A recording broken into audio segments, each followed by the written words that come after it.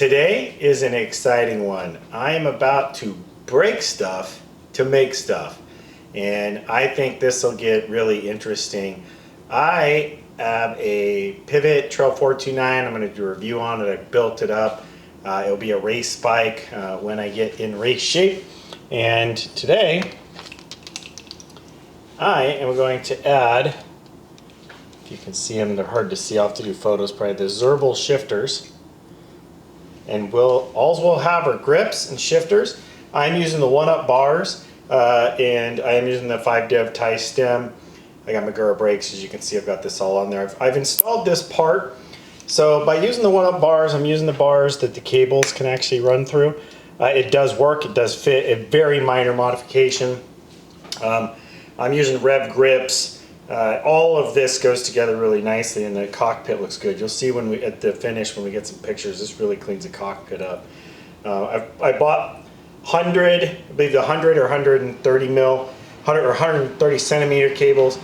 I wanted enough cable to make sure I really got things dialed in. So I'm going to use a blip box for the shifting, so we do not need to do modifications. Now,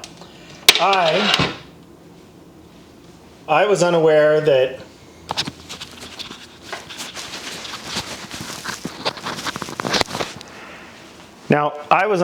the blip box didn't do long press. So we are going to convert a standard pod Reverb AXS Dropper and make it work. So I'm going to cut wires, solder, use this.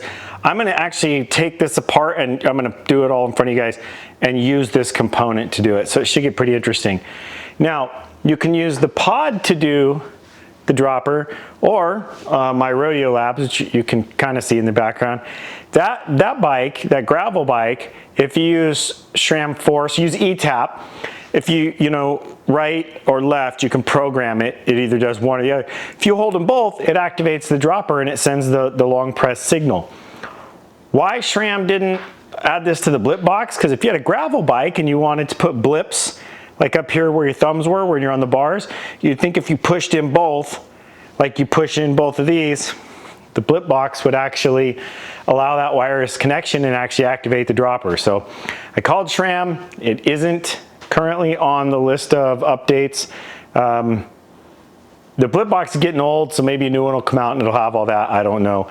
But right now we're gonna do a mod, and I'm gonna use existing parts to make this work.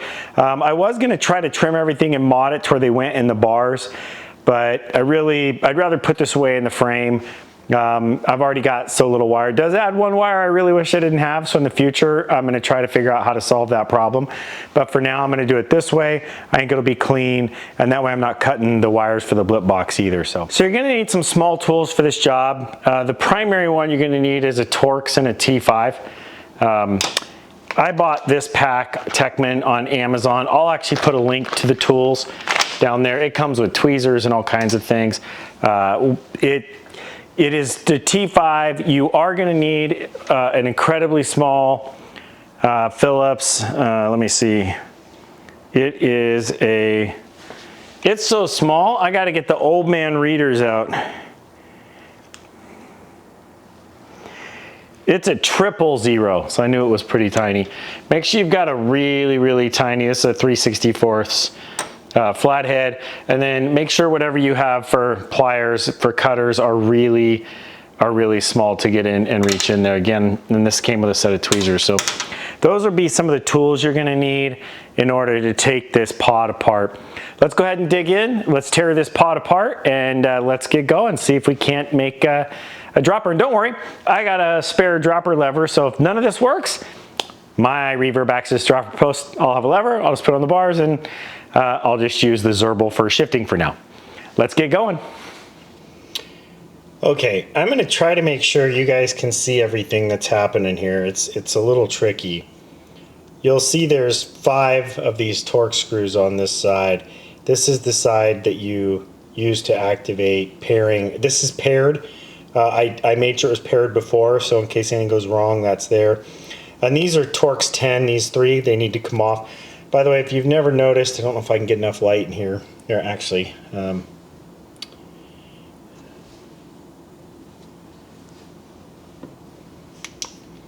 there's a spring in there. So if you ever really wanted to, if you pop that spring out, so if you just take this Allen out of the end and you pop that spring out, you could actually change the force that you feel. I don't know that I would, because they did a pretty good job of doing spring rate testing. Maybe you've got a thumb that, you know, maybe you've crashed, you've done something that's weak, you could lighten that spring rate up. You just got to make sure it doesn't bounce and constantly activate your dropper, I'd guess. Okay, so we're going to take a Torx 10. One of the first things we're going to do is take these off. Now I did a little research, so we're gonna be doing some learning along with me here. You know, I hate all the YouTube videos that are out there and they show you the finished product and they do like a short or a reel. They're like, oh, look at me, I'm amazing. And the thing is, they might have spent 1,000 hours getting there and they didn't take the time to show you how. Remember, you are modding a couple $100, $100 some odd dollar part, so if it doesn't work, you'll either have to have a spare one handy, which I would suggest. You could even buy one and return it probably if it's not a special order. Okay, so here's the pod. So a couple things. Let's go ahead, I got a flathead screwdriver for this, pop the battery out. The beauty of how I'm going to do it, okay, there's your positive negative connection in here. The beauty of how I'm going to do this is I'm going to reuse this pod, okay? So that's the biggest thing. So I'm going to get that watertight connection, 99%. So I do have to make one small change and I'm going to lose a little bit. Okay, so I won't need the 10 again because I won't need any of those again. Okay, so we're going to take the T5 and pull this apart. What I'm hoping to find in here is that between this button and the circuit board is the pair of wires. And I'm hoping to just solder into those wires. So if we don't find that, I'm going to have to start figuring out how I'm going to make wires. But I'm going to bet that's what I'm going to find, is that there's wires to that button. Since this button isn't, the circuit board probably lays in here this way based on the design, I'm going to guess there has to be wires. Okay. And that's what I think I saw when I looked up a wire diagram on this. That's why I'm pretty sure about what I'm going to find.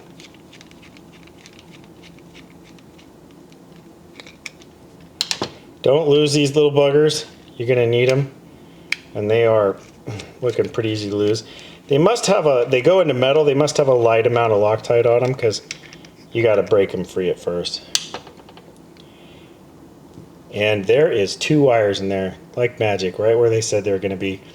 And so you can see how they use almost like a rubberized membrane. Don't get dirt or anything on that. It is your waterproof connection. Okay. Set that aside. Okay, so there's 2 tiny Phillips screws in here. Those are the 000s. The reason you want to take the battery out, not just because you're working on a live circuit board. If you don't take the battery out, what's going to actually happen, you're going to go to pull this out and these are going to be pressed on by the battery and the circuit board's not going to come out easily because they have to be soldered to the circuit board to power it, okay? So anytime you see tabs, like if you've ever changed this battery, which I have before, I noticed these tabs, so I knew you could see that one goes through the plastic. If I can get it close enough, it goes through a hole in the plastic, and so that's important. All right, let's see. Make sure this is a 000, but it should be. Yep. Okay.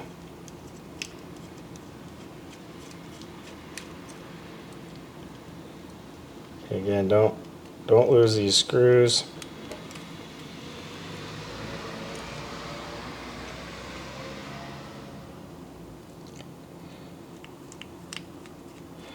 Yeah, I think coming right up.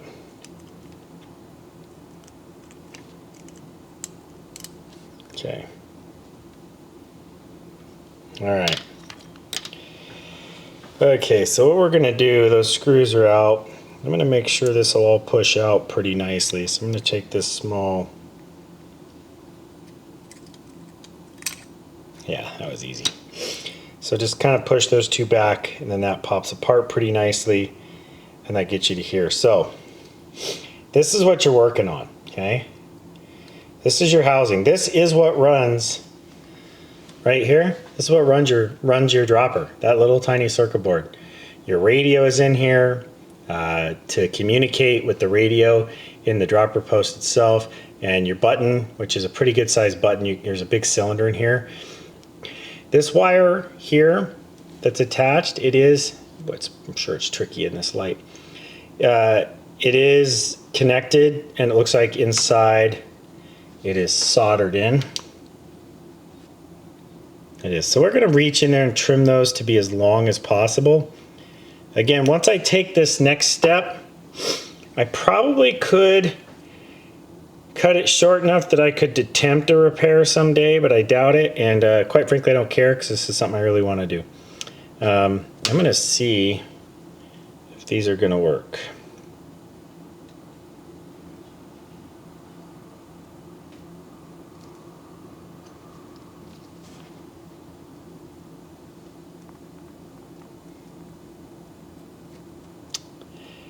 Okay, I'm going to see if I've got a smaller pair. Be right back. We're going to try this pair.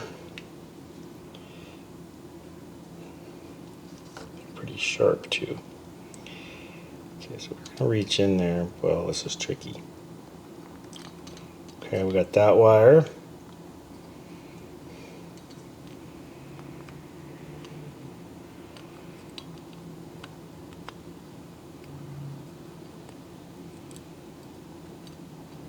Okay, so this dropper, that's all the wire I have to work with. So we're going to have to be very careful. Tiny little bit, maybe not quite an inch of wire. And from here, I'm going to rebuild this. Again, I'm going to use this housing. There's a pretty good amount of room in here, so I think if I make a tiny wire connection, I'm going to be able to push it in there. I've got to decide. Another option is to actually take a drill, go into that hole right, man, this is tricky with the light, and I apologize, I'm doing my best. There's a hole right there that is behind the button, is to drill in and out the case. And the reason I might do that and run the wire in that way is I want to put a plug in potentially. And if that works, that gives me a lot of room, and then it gives me a big gap to put silicone. So even though this is going to be in the frame, I just want to do everything I can to keep water from getting in the electronics at any point. So we are now taken apart. So the next step is really going to be to do some testing. Okay. I'm not sure if this will. Okay, so I can make that so it's grounding out correctly, and I'm getting power by that way. So what I can potentially do, I got to strip this back a touch. I'm going to cut this, but I'm going to cut this long enough that if I need to repair it later, and then I go back to a blip box if they make an update, that I can. Because if I could just use a single blip box, trust me, that's all I would have done. And I would have just knocked that out, no problem. So let's see. That's plenty to be able to strip back and repair. Okay. Now, I am going to save this end. I believe there's two in there. I'm hoping for one red and one black, and I'm hoping this will all work on one wire and just going down. This other wire is in here if I need to, and I'll wire it in. Then it would work up or down, and I may do that just for fun. Okay, I'm going to try to use this to give myself some working room. Gotta be careful not to damage that inner wire, because it's all very tiny.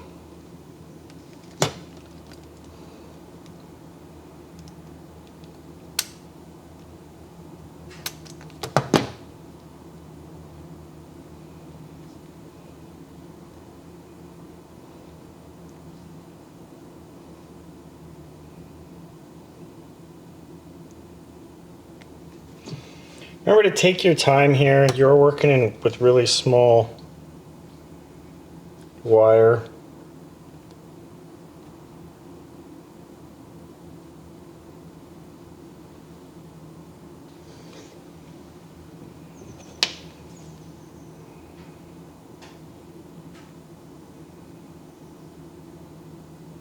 And this wire feels really soft.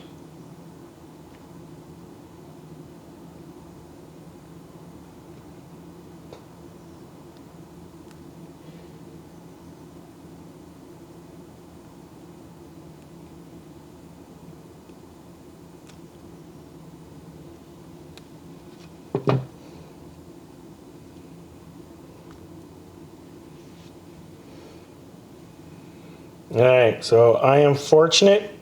What is coming out is a red and black wire. And so I think this will be a straight one wire solder, and I'm going to be able to make this work. Okay, so we're going to hope that I get down. This looks smaller than 20, and it is way smaller than 20, and so I'm going to have to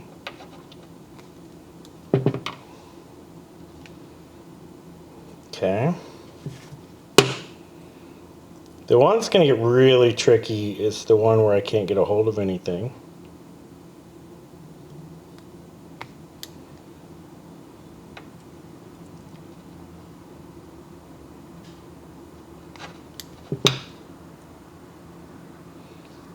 Because this will be really hard to strip. Because it's going to want to disconnect.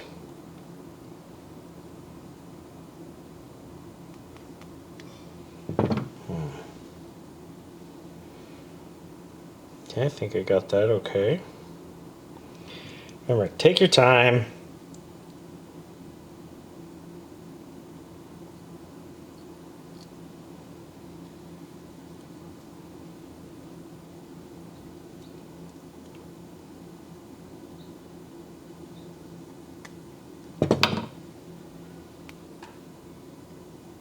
All right. Okay, so now I'm going to have to try to figure out how to perform a little test here. So this is where I say take your time. So the answer might be simply put it back together so I can put the battery in, and I'm not trying to hold too many things and set up a test wire, and I think that's the answer here. So when you go to put this back together, you've got to get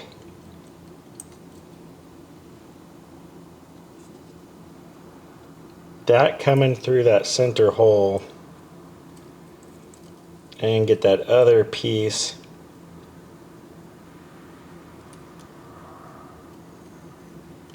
up and in its place, which it has a pretty good home, so it's not that hard to do. Okay, see, that thing's not terrible to put back together that way. Okay, so I'm going to go ahead and do the full. I may not have to come back apart from here, depending on what I do. So don't over tighten. If you're going to do it this way, don't over tighten these. But they need to be tight enough that when you put the battery in, everything works correctly.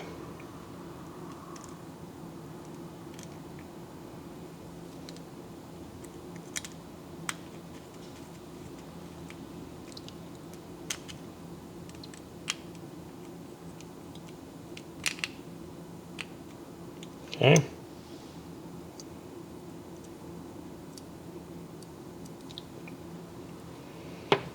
Okay, so now I need to figure out how I'm going to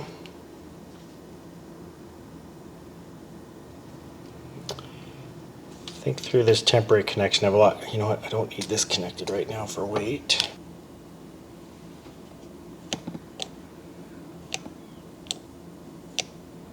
I'm getting light. I think I've solved it. Now the question is, I didn't bring the dropper over here. All right, I got the dropper over here.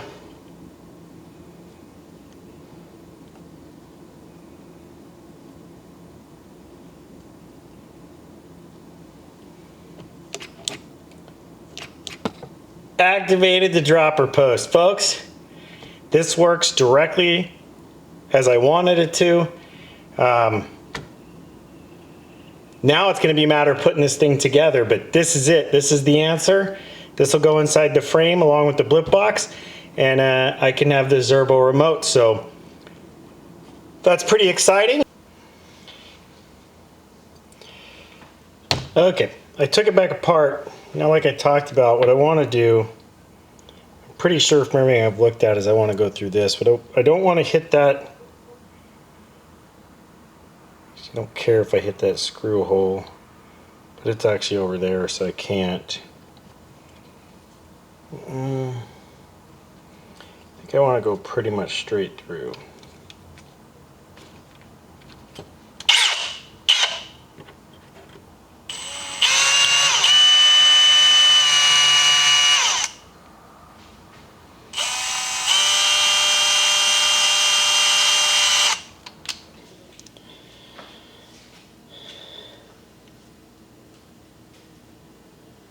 Put one right on top of the other. Okay, looks like solder gun should be good to go. I got a little solder. Let's do a little. Yep.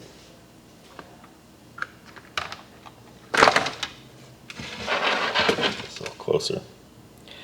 Let's do a little test. Yep, that looks good.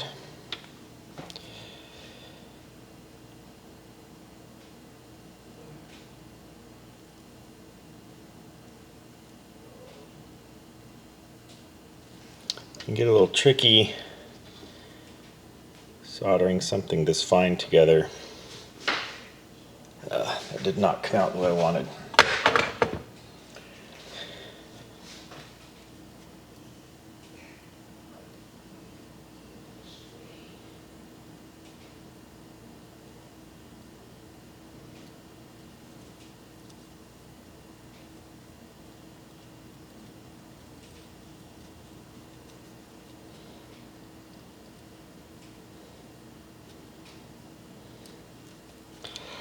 Okay, put a little more on there. This is really fine wire. I mean, it's down in that 24 gauge range, and it is tricky.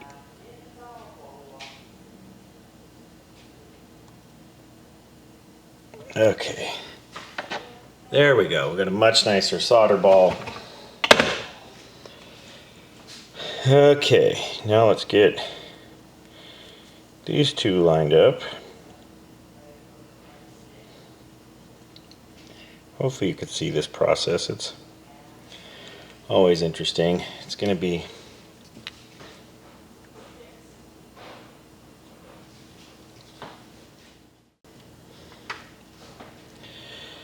alright, so we got red lined up, I think pretty good.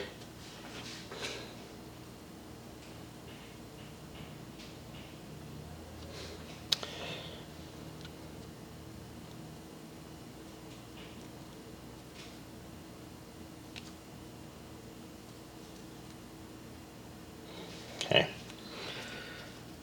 that hooked over. All right.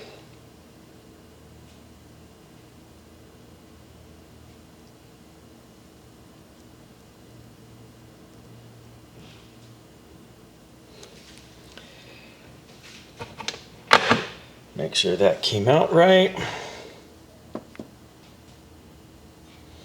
We want a pretty strong solder here, so make sure it's through the wire.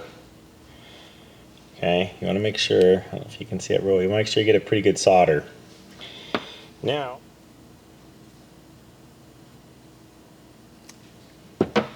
okay.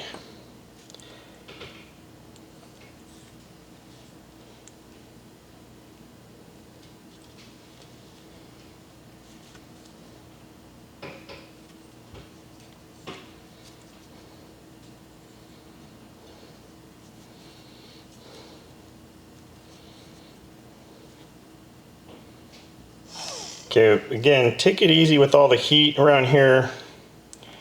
Shrink wrap these on real nice. I'm going to use my heat gun and just kind of focus it a little bit away.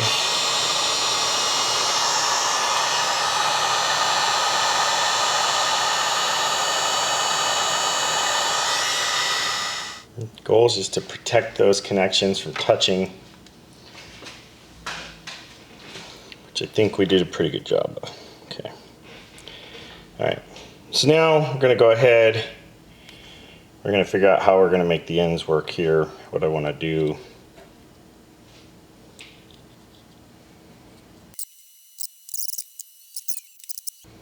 Okay, now if I get this together, there we go. So see that little bit of a difference, those are poking out, actually really tight in there, so it'll be really simple to clean up.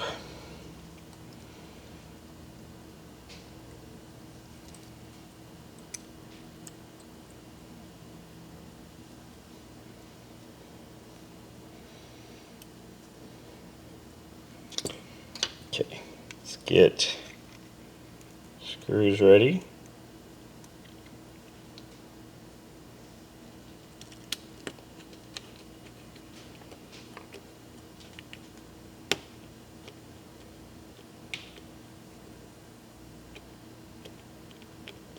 Okay. The other one ready.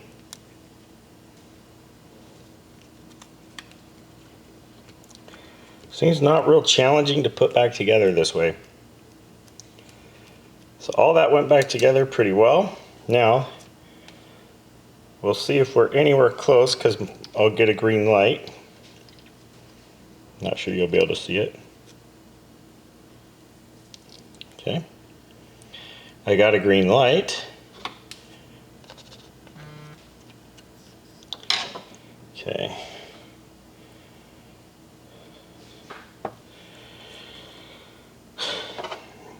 Strip a little bit of wire off this.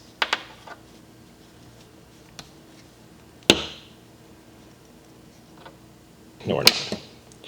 Okay, so now let's retest that it activates and it works.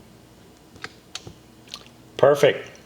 Right now I do have a functioning shifter, or a functioning dropper, and it's back in its factory casing. So let's go ahead and put this back together and keep moving on to the bike. So we're gonna put all this away. Everything just kind of hanging here as best it can.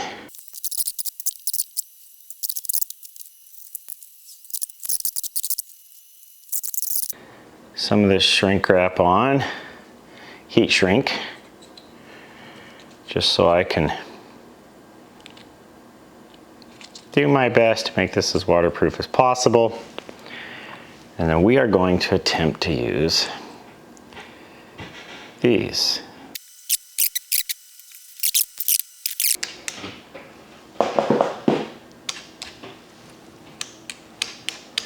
I have a dropper. Now I think if I cut these and I cut these on this other plug and I put them in, the drop would probably work going either direction. This button would work going here, if I can tip it down. This button would actually work up or down. I'm just gonna do it down for now. I can always get back in and work on this. That was kind of the idea, is I can always get back in.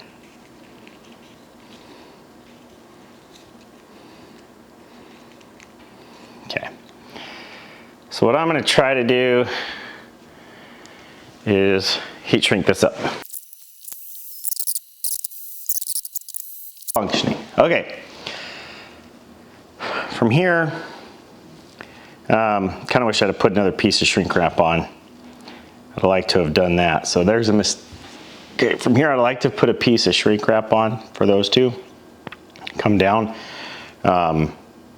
It's not necessary. It just would have ensured those wires were a little more held together. They're not going to pull right there. They're really tight. And I'm just going to put a little dab of silicone on that spot and call it a day. But now I have a way, you know, I can come in here and I can just cut the shrink wrap off, pop this up, pull this off. Then I can pull pull these two, and then I can pull the bars and everything out if I need to, right? So from here I got to figure out how I'm going to put it together and stuff it on the bike. So that will be the next step. All right, so I put this port adapter on, and I used my Titan straps to hold the bars up here. I was trying to think of a way to get everything out of the way so you could see what I was doing and I could work. And then I could work in here, because I got to figure out how I'm going to get them in, and once they're in, how I'm going to reach in there, push them in anywhere where they're going to stay and not rattle. Okay, that's going to be the next trick. I wish I could figure out how to make one of these real small end bar ends. I think there's going to be something coming that fixes that. Trying to think, 'cause you don't want to be pressing this, right? That'll reset. That'll constantly put it into pairing mode and unpair it. I don't want the wires to be too in alignment here. Same thing, you don't want to be pressing that. So I need to find something to wrap this in that'll keep it quiet. Let me think about that. I'm going to try a little trick where you just take a glove like this, you turn it inside out. Can I put them together? I cannot, so they are going to have to go in independently. So I'm going to have to come up with the right strategy for each one. I think what I'm going to do, for the sake of giving them really good padding, is I'm going to put them each in their own kind of glove system like this. This will give it, you turn some gloves inside out, you get a lot of additional, the fingers give it a lot of additional padding and gives it some size. So maybe 2 gloves like that. Okay. Now when I go to poke it in, can I fit it?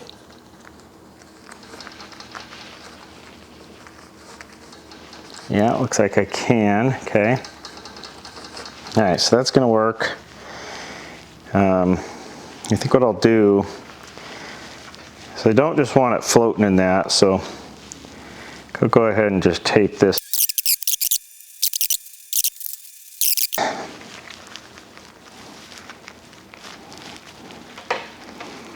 Do the same thing.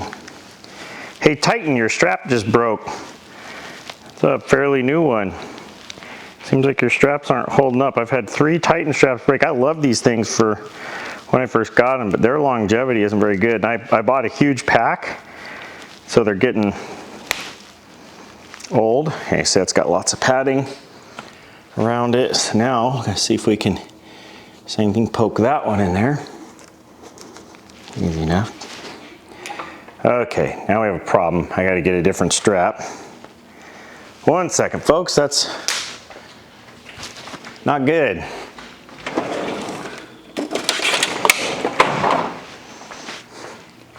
Let's hope this one doesn't break, because this is another brand new Titan strap. And it's not like I was putting it under a lot of pressure here.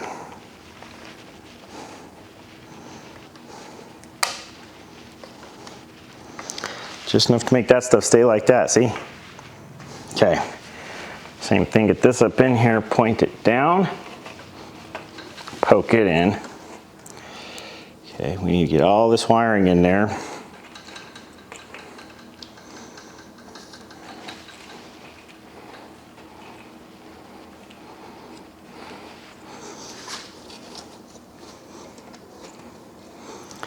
All right. So there is no way to know if that is going to be quiet, but here let's check, make sure it all works. Works? Works. Okay, so let's put the bearing back in. Get this built.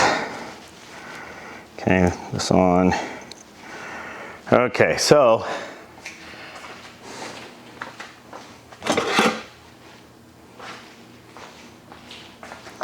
let's get all this stuff over here, because now it's time to try to stack this on.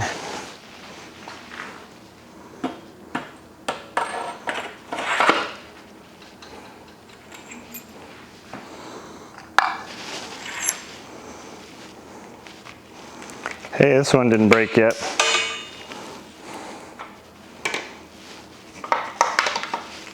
Get stuff sort of flipped out of the way.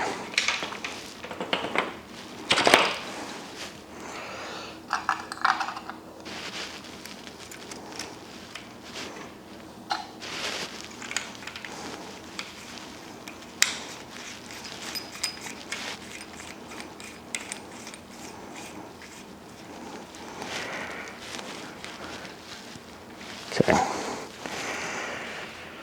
Now these things won't fall apart, so I can get stuff sort of around and in a place.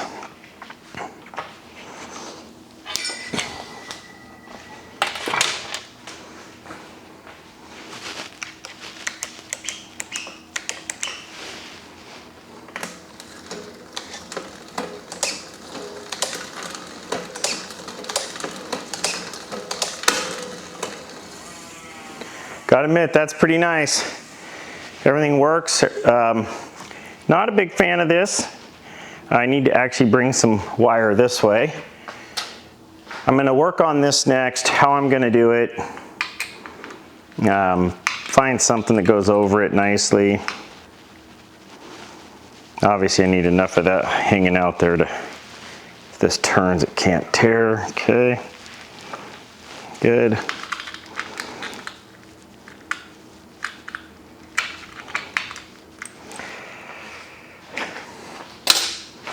And this should now be pinched nicely, okay.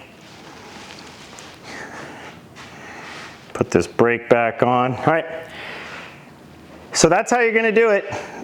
You can use whatever you want to get it in here. I will test it here in just a second and let you know if when it's all put together it rattles. We'll be right back. All right, everybody, this was a good amount of work. Big learning curve, and you know, I talk about building one-off custom bikes.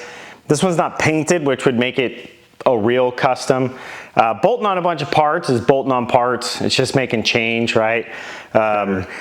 When you get into something like these Zirbel shifters, where you're soldering, you're wiring, you're figuring out how to actually make it work, we're starting to get into a custom bike. And this one's, we'll call it semi-custom because of it. So, right, I'm gonna get you some nice pictures you'll be able to see in this video. But there's nothing down here anymore. It's super clean to the bars. It's really impressive looking. I do have this one wire in the front, this wire system in the front that connects here. Otherwise, this would be no wire, so I have added an aesthetic that I'm not a real big fan of, but that's part of it, right? So from here, I'll have to start working on how do I get to a place where I get these integrated into the bars, pop these bar ends off, build something that goes into the bar end, some way to communicate with this system, right? But right now I've got Zirbel shifters running SRAM transmission, because it's just AXS technology, and this communicates with AXS. I've custom soldered the dropper post side, this side of the bike. I've custom soldered the dropper post side to the factory SRAM pod that you use for the dropper, and I've put that, it's all in here. I couldn't get it up here, I just hope it to, but it's all in here. It makes no noise. I went out and did a test ride, so wrapping it the way you saw me wrap it using just, you know, work gloves works. So anything you have that's soft and thick like that, that you can get in and kind of tape it together. Did have to put them in two pieces. And this side is just connected to a SRAM blip box, and the blip box works perfect. You can do all kinds of customization with that. It was easy. If the blip box were upgradable to where it could activate the dropper, like you can do again with the force system, the gravel system that they have. I'm looking for a set of SRAM force gravel levers that are, I don't care what the levers look like, I just care if the electronics still work. So the AXS levers, I don't care about the hydraulics, I don't care about the brakes. I wanna rip those apart because I think they're a lot smaller, and done right, if I can figure out how to solder the board, I can make those fit right here in the ends. And then what that'll actually do is give you shift one side, shift the other, hit both, get dropper. Not sure I want that either.